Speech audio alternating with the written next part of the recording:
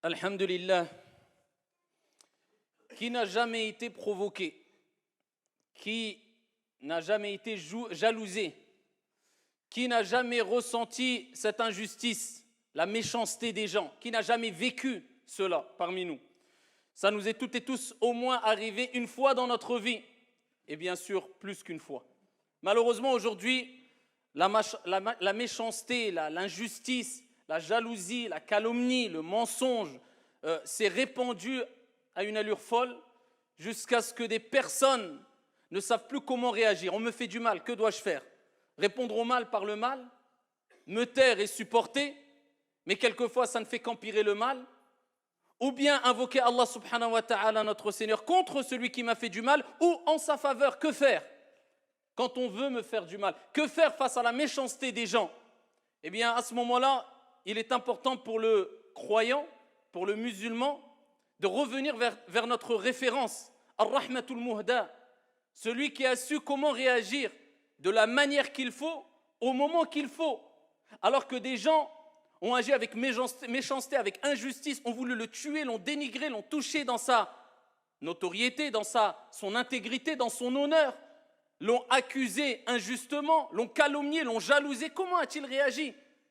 لَقَدْ كَانَ لَكُمْ فِي رَسُولِ اللَّهِ أُسْوَةٌ حَسَنَةٌ.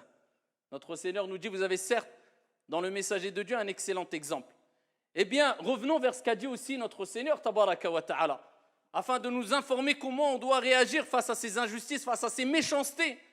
Et aussi, ces versets coraniques nous permettront aussi d'éviter d'être ici du côté des méchants aussi. Parce que quelquefois, on a l'impression que les gens sont méchants autour de nous, nous veulent du mal, mais on oublie que nous aussi, on peut être les méchants. On peut être les injustices sans s'en rendre compte. Et c'est ce qui est le plus grave. C'est quand on commet une injustice, quand on commet un mal, et on ne se rend même pas compte de notre mal, de notre injustice, en pensant peut-être et en prétendant quelquefois malheureusement être sur le bien, et que c'est les gens en face de nous qui sont sur le mal. C'est un problème souvent d'ego. On a envie d'avoir raison. On n'accepte pas le fait de reconnaître nos torts et nos erreurs. Ayyuhal musalloun. Il faut savoir que exprimer sa méchanceté, sa colère, c'est assez facile. Et le fait de patienter, de contenir sa colère, de ne pas répondre au mal par le mal, plus que cela, de répondre au mal par ce qu'il y a de meilleur, par le bien, c'est quelque chose de très difficile. Et ça demande une force énorme. Pas une force physique, mais une force de foi, une force d'esprit, une force au point de vue du moral, une endurance, une patience.